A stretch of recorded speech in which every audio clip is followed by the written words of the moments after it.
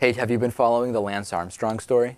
Yeah, pretty crazy. Lance Armstrong is going to be stripped of his Tour de France titles, and he's also going to be banned for life from the sport of cycling. This is because of he's no longer refusing, he is no longer continuing to fight drug allegations by the U.S. anti-doping agency. He's going to be banned for life, and he's going to lose all results dating back to August 1st of 1998.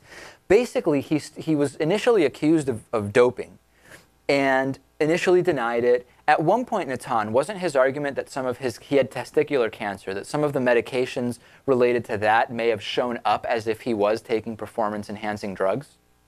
I really didn't hear that argument. But overall, this guy seems to be a sleazebag, and I think he's doing himself a disservice because he could at least maintain some semblance of believability or plausible deniability if he continued to fight it.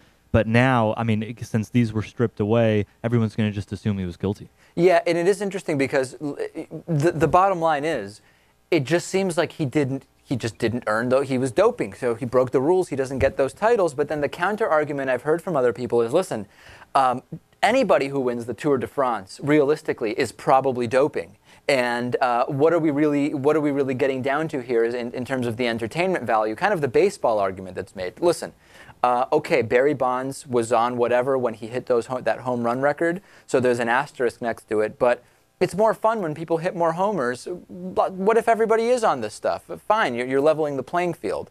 The issue is that not everybody is on this stuff, and it opens up a whole number of other questions. And unfortunately, I seem to think what Natan thinks, which is that I believe Lance Armstrong was doping. I think he was doping, and that's why he won all these titles. The amount he was winning by and the frequency, is he superhuman? Maybe, but statistically speaking, more likely he's just on performance-enhancing drugs. But they couldn't prove that he was. No, he couldn't prove that he wasn't. But they couldn't definitively prove that he was. I mean, it was just a constant back and forth. Is that what it is? I don't know that that's the case.